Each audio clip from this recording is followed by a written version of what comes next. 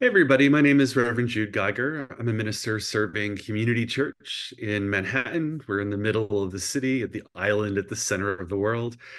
And we're here today, every session, we're going to be talking from two perspectives at least. Myself as a Unitarian Universalist minister, raised Catholic, and Brother Zachary, who will introduce himself in a moment, who's a progressive Catholic priest, Franciscan. And we're going to every session be looking at the intersection of values between progressive Catholicism as a perspective and Unitarian Universalism. And each week, each session, each podcast, it'll be a different topic or value where we'll be kind of looking at our principles in Unitarian Universalism and how they speak in life in a pluralistic setting. And today we're looking at the value of worth. Very exciting, and that's a great introduction, Reverend Jude. I'm Brother Zachary. I currently serve the Community Church of New York as the chaplain for pastoral care. I'm a Franciscan friar from the St. Joseph Mission Church in New Jersey. We are a Franciscan community of the Progressive Catholic Church. I am a Catholic priest. I am very excited to be here and to be talking about this with you. Thank you. Um, I want to ask something at the beginning, and I'm very interested and curious about your answer. Um, when you were introducing yourself, you mentioned that you were raised Catholic, and we Mm. talked about this a bit yesterday. Belonging is an interesting lens that Unitarian Universalism, I think, gains quite a breadth of beauty and diversity. And so I'm curious to ask a bit more about your Catholic belonging or your sense of belonging when it comes to Catholicism. I think that might be an interesting lens to think about inherent worth and dignity. Oh, really good. Yeah, I I identify as a raised Catholic. I'm not recovering. I don't really feel like I'm an ex-Catholic. I feel like I'm a cultural Italian Catholic because that's the parish that I was in, and all the values are still there. I just moved on into a tradition that uh, speaks to me better for those values. I love that. I love that. My social location is originally from New Mexico. Mm. I come to New York City as an immigrant. I came in 2007, and it felt very much like I was entering into a new and strange and different world. Um, and I think that bringing that experience of difference, as well as my connection to the place that I'm from, has really given me an understanding of um, how othering happens in our society and culture. I think that's one of the wisdom that Unitarian Universalism brings is to center the inherent worth and dignity in every person because of the reflex of xenophobia and what it can do to us in religious communities to immediately other someone else. It's almost as if Unitarian Universalism, because of this principle, is uniquely poised uh, to get out of the trap of xenophobia. It's pressing here, right in New York City. The xenophobia is tragic for asylum and refugee seekers, and it's tragic that politics leverages religion to accomplish its goals of xenophobia and classism and capitalism and racism.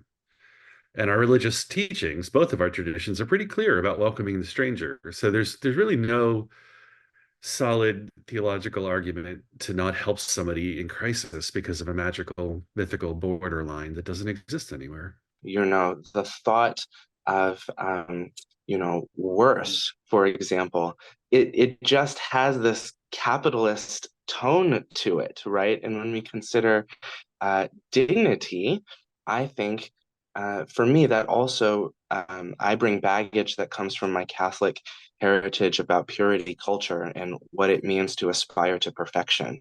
Mm. Um, Dignity is a powerful tool to use if you have it and someone else doesn't. It is a useful weapon for domination and for oppression, one that is built into our traditions. Unfortunately, the Catholic Church has done a good job of setting a boundary between who has dignity and who doesn't. I can reject it now, but to participate in that religion, to participate in the community, I think it includes taking a look at what it means for every person to have infinite worth, for every person to have infinite dignity. Um, I'm interested in this question of worth also because I also my ancestors are African American, and the question of what a person is worth holds a particularly charged relationship to my history because for so Mm. long, uh, my body, my personhood was considered property, and there's a real way that that continues to live in my body. The worth of people is still something that is at stake in Black communities and Black religion in particular. It is such a challenge for so many of us to even remember that in the land of white fragility. And I love that you said infinite worth. We use inherent, but infinite is fascinating, and I'll have to think about that. Ah, that was a It, slip of the tongue, but maybe not an accident. maybe not. No, I really want to think about that now. Like, what does that mean theologically for us? But an inherent speaks directly to what you're talking about. Every person, and some of us would say being, but the language right now is still person, is inherently has dignity, inherently is worthy. Can I pop in and ask a question that's coming to my mind as I listen to this conversation? Thank you, Brother Zachary, for making a really important point about um, worth and the worth of human beings in other contexts, and how that connects to, very insidious, to use that word again, histories with and legacies within our country and around the world. I was wondering, the this tenet, this principle of Unitarian Universalism is about inherent worth, right? And so theologically, that's the assumption that no matter what, um, every person has both inherent worth and dignity, and how that differs from some core tenets of Catholicism. And I wonder what you think about that, and then how maybe there could be a difference in the progressive Catholic interpretation, and just this big question in the room of original sin. Well, I think this is a fantastic place to enter, and I'm really grateful. For those of you who don't know, Starling, I hope will continue to join us through the season. Original sin. This is a funny distinction here. Original sin, and maybe in the most contrarian terms to inherent worth and dignity of every person, looks like an inherent unworthiness, an undignified reality for humankind. That we are born in a messy, sinful, and that word has different meanings in different communities, but basically the gist of it is human beings need external intervention, and that's intervention from the holy or from God to become perfect and to become whole. And I think that that's a bit different than saying that human beings are not born with any worth or any dignity, but it is a locating of um, sort of the perfection at the center or the goal of human progress outside of humanity and inside of God and inside of heaven.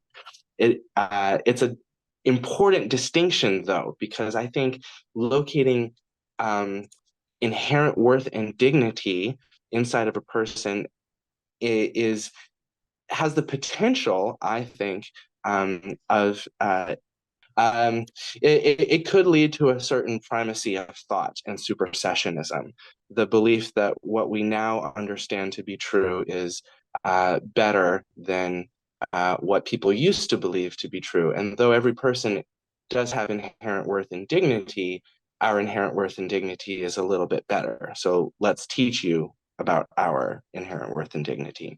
Does that make sense? It's a paternalism that can come from locating uh, worth solely in the self, in the individual, in the community who possess it. Mm. Yeah, it's a different statement, really, because when Mm. we often talk about we all have inherent worth and dignity in Unitarian Universalist circles, but the full covenant is we, the member congregations, covenant to affirm and promote the inherent worth and dignity of all people, every person, and some people would say beings, right? So it's not even a theological statement in the way you're saying. It's more of an action statement that we recognize inherent worth and dignity in each person, and it's our obligation to affirm and promote that. Hmm. And I that is such an interesting emphasis, I would say, to because covenanting and the practice of covenanting opens space for yet another synergy between Unitarian Universalist practice and Catholic practice. I think that the dignity that we receive through our relationship to holiness and through our relationship to the just shared human community is also affirmed as a Catholic value. Mm. Um, there is a you know, this may sound like a bit of a tangent, but I hope to connect it back to where we are. I am a Franciscan, and Saint Francis famously preached among birds and wild creatures, and was very intentional about the blessed status and nature of our other community members here on earth. That is to say, human beings were not the only blessed beings in all of creation. And St. Francis was very intentional about living a life to honor that. Mm. Um, that that wisdom is not carried out in his honor in the same way in very many places. And yet there is a that I think the space, the richness um, of practice that comes from a variety of interpretations is part of the skill or strength of Catholic tradition. Um, Theology is in how we live, it's in how we practice, it's in the walk. And the dignity of all of creation doesn't exclude individual peoples. The dignity that is imbued in everything around us isn't parceled out into pieces of, and this is the biggest difference I would say between the progressive Catholic communities and what would probably be considered more mainstream dogma for Roman Catholic communities. Progressive Catholic communities don't withhold sacraments, and we don't withhold sacraments from any person or for any reason. So we lean on the principle that you shouldn't be required to be perfect in order to participate in full community of God. Um, Before receiving and sharing communion, we share that it is not a reward for being a good Catholic. Communion is food for the journey. Mm. And it is my personal opinion that as we grow in our self knowledge, this is not a new idea. It's a deeply ancient Christian concept. Um, and so I think that there's rich interplay in both. How we live our life is ultimately the work of religion. Brother Zachary, how did the idea of worth and your Catholic understanding cause you to question any belief you had before you learned how Catholicism teaches worth? Hmm. Wow, because I learned about worth in my body. Um, so I think that as I grew in my theological understanding, it rarely matched what I saw in practice. Um, and I've had the wonderful experience and opportunity to be a part of a wide variety of religious communities, all of which said something along the lines of all are welcome, and all of which participated in some form of exclusion, willing or unwilling. Either in the form of failing to update their sanctuary for ADA compliance, or in the form of failing to institute adequate welcoming practices. Sometimes it looked like outright exclusionary theology. Sometimes it looked like, um, well, good-hearted disorganization as well. But I think that ultimately my experience of worth uh, had to be unlearned in practice. It had to be something that I engaged outside of theology and in communities. What does that look like? For me, it looked like love. It looked like being around people who forgave me for being strange just long enough for me to relax. Um, that takes time and that takes work. Mm, Um, the context that I came from, my parents very much tried to raise me in a way that was not subject to the pains or traumas or struggles of the communities around me, and they could only protect me from so much. I think the unlearning of some of the ways of violence that were inherent in my life just came from the practice of love, from living with people who truly and honestly were doing their best to be affirming and welcoming. What a great question. mm. For me, it was the challenge. Uh, this Catholicism raised me also with a sense of worth in people. The challenge in Unitarian Universalism, when I found it, was the promise that I'm going to Mm. affirm and promote that in all people. And I won't go too far down this line because our next session of the podcast will be on forgiveness. But how do you live into that when there are people that are actively harming Mm. your community or others or yourself? Mm. And the challenge for me was saying, okay, I need to stop this harm, Wow. and that person still has inherent worth and dignity, and they're just not living into it right now. That Wow. was a hard lesson in compassion. That's interesting to me because I think bringing your Catholic roots and Catholic identity with you, I hear that the practice of affirming the inherent worth and dignity of someone you were forgiving, not just who had harmed you, but who had harmed the world, was a spiritual revelation, even an opening. Um, and I think that that's not a great many Catholics don't get that far. Forgiveness is hard enough trying to forgive ourselves and our next door neighbor or our brother. And that's not to say that there's a spiritual lack in the traditions of Catholicism. It's just to Definitely say not. that there's a great variety of ways of interpreting that spiritual wisdom. I'm so moved by your story. What I'm moved by in particular is how, for you, Unitarian Universalism opened almost was part of the theological development of your understanding. It was part of how you grew to understand the world. Yeah, certainly it was for my faith development journey. It helped me to adapt and learn and grow. I'm curious because your experience, your Catholic community, is likely very similar in some ways, but likely very different in some ways to where I come from.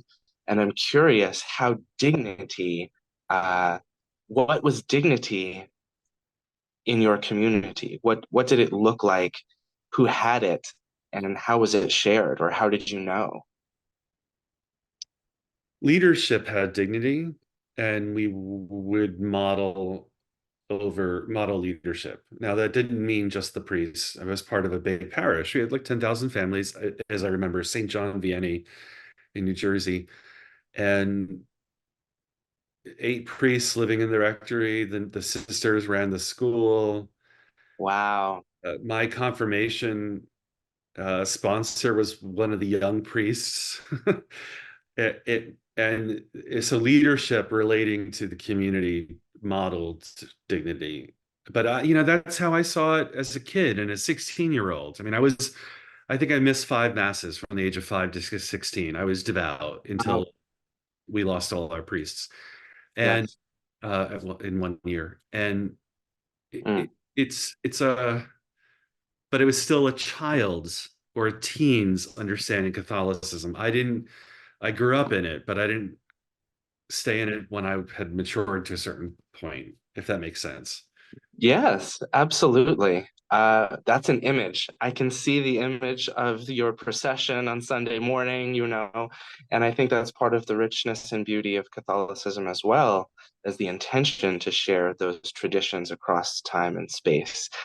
When you describe the size of your parish, that gives me a pretty clear understanding of what your life was like. A lot of places tend to be run in the same way. And so I very much appreciate that. When I was growing up, dignity was almost like something you had in your purse.